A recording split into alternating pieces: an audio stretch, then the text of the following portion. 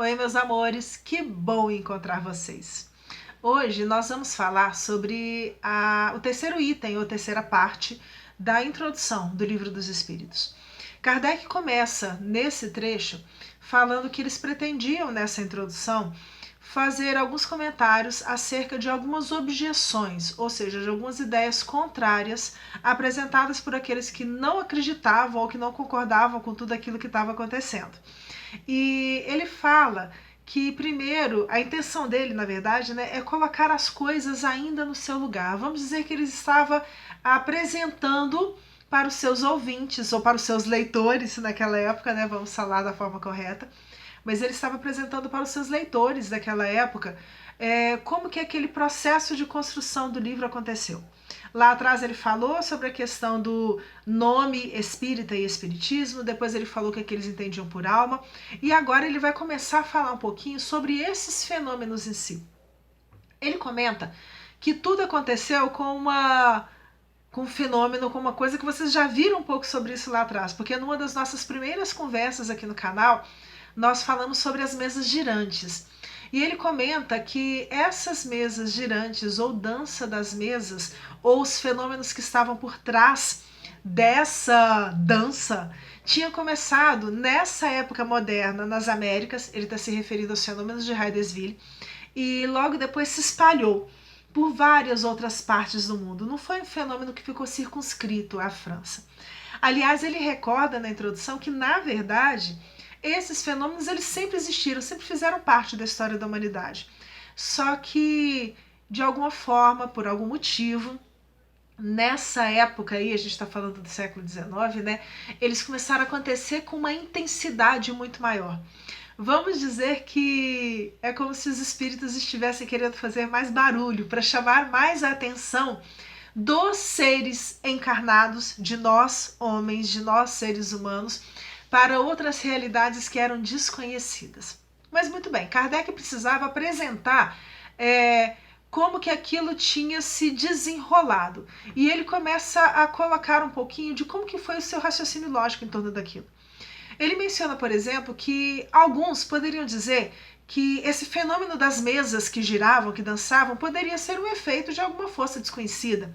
Tinha pouco tempo, por exemplo, que tinham começado os estudos em torno do magnetismo, e no campo científico da coisa ainda tinha muitos elementos para serem descobertos. A preocupação de Kardec era nesse sentido. E aí ele fala que alguns poderiam dizer que podia ser um efeito da eletricidade. As pessoas não conheciam muito bem ainda o que era eletricidade, era um agente meio desconhecido. O alcance dessa energia, como que poderia chegar. E ele chega a mencionar a possibilidade de que talvez nós tivéssemos, ele está levantando as possibilidades para aquela época. Ele chega a comentar que pode ser que cada ser humano em si tivesse uma parcela dessa energia, e que o fato de todos estarem reunidos em torno daquela mesa poderia potencializar essa ação energética, como se estivesse criando, no termo dele, uma pilha múltipla, uma bateria, no nosso dizer de hoje em dia, mais ampla, com capacidades de promover o movimento daquelas mesas. Ele fala também que alguns poderiam dizer que seria simplesmente um reflexo de outros movimentos desconhecidos, e ele recorda que existem os movimentos circulares que se processam no universo. Ele está falando aí da órbita da Terra em torno do Sol, do movimento da Terra em torno do seu próprio eixo. Existem o movimento das marés em função da aproximação e afastamento de outros corpos celestes. Então se poderia dizer isso. Só que como é que vai explicar o fato de que essas mesas se movimentavam às vezes sem uma lógica constante? Porque não era simplesmente danças em círculo dessa mesa. Às vezes elas iam para uma determinada direção, parava, voltava, se elevava, ficava suspensa no ar. Então essa ideia do movimento cíclico que existe na natureza cairia por terra. Ele fala que só por essas coisas que estavam acontecendo já era motivo suficiente para que os cientistas se interessassem por aquilo e tentassem descobrir o que estava por trás, porque era óbvio que alguma coisa fantástica estava acontecendo.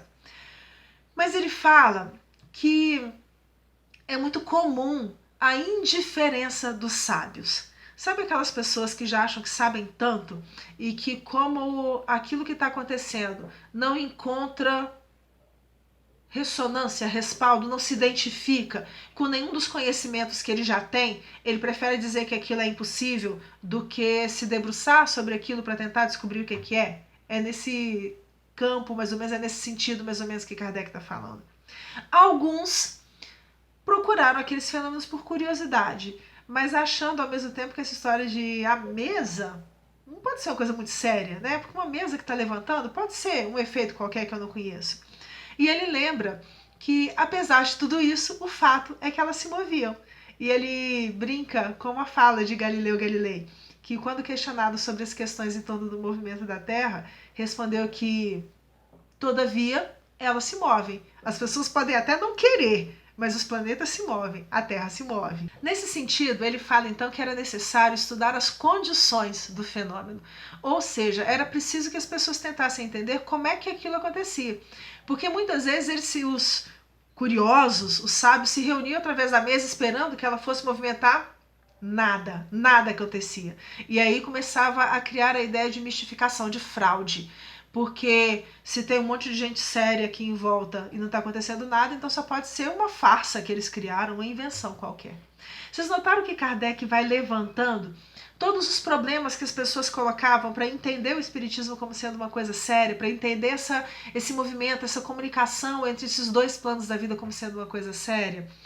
E exatamente por causa disso ele lembra que a atitude dessas pessoas que preferiam lidar com aquilo como se fosse simplesmente mentira era muito semelhante à atitude lá atrás daqueles primeiros camponeses que tomaram contato com a ideia trazida talvez por um estudante da física, ele está falando de alguns séculos anteriores, e que entenderam aquilo simplesmente como sendo brincadeira. Será que não era semelhante ao que eles estavam querendo fazer? E se for uma brincadeira, tem um outro problema. Vocês já viram que piada, quando a gente começa a repetir a mesma piada várias vezes, ela perde a graça? Pois é, até isso Kardec fala. Que uma brincadeira que vai sendo repetida indefinidamente, ela deixa de ter função, ela perde a graça. E aí, ele termina essa terceira parte com uma reflexão muito séria. Mesmo que fosse uma brincadeira, mesmo que fosse uma farsa, o fato de estar acontecendo uma mesma brincadeira ou uma mesma farsa em diversos lugares do mundo, lugares que às vezes não tem nem comunicação entre um e outro, ou não tem conhecidos entre um e outro, com pessoas das mais variadas categorias, tanto pessoas brincalhonas, mas também pessoas sérias, estudiosos. Se isso está acontecendo com essa frequência, com pessoas diferentes, em lugares diferentes, em situações diferentes, já chama a atenção para o fato de que alguma coisa de extraordinária, de séria, tem por trás disso. E somente por isso já seria importante que os estudiosos, que os cientistas, que os pesquisadores se debruçassem sobre esses fenômenos. Kardec está querendo, nessa parte, justificar do porquê que as pessoas devem se atentar para aqueles sinais diferentes que estão surgindo. Porque, como ele vai descobrir daqui a pouco, esses sinais podem levar a um mundo completamente novo, completamente desconhecido para aquela época e, infelizmente, ainda desconhecido de grande parte da humanidade. É isso, e ficamos por aqui. Um beijo grande para vocês e até a nossa próxima conversa.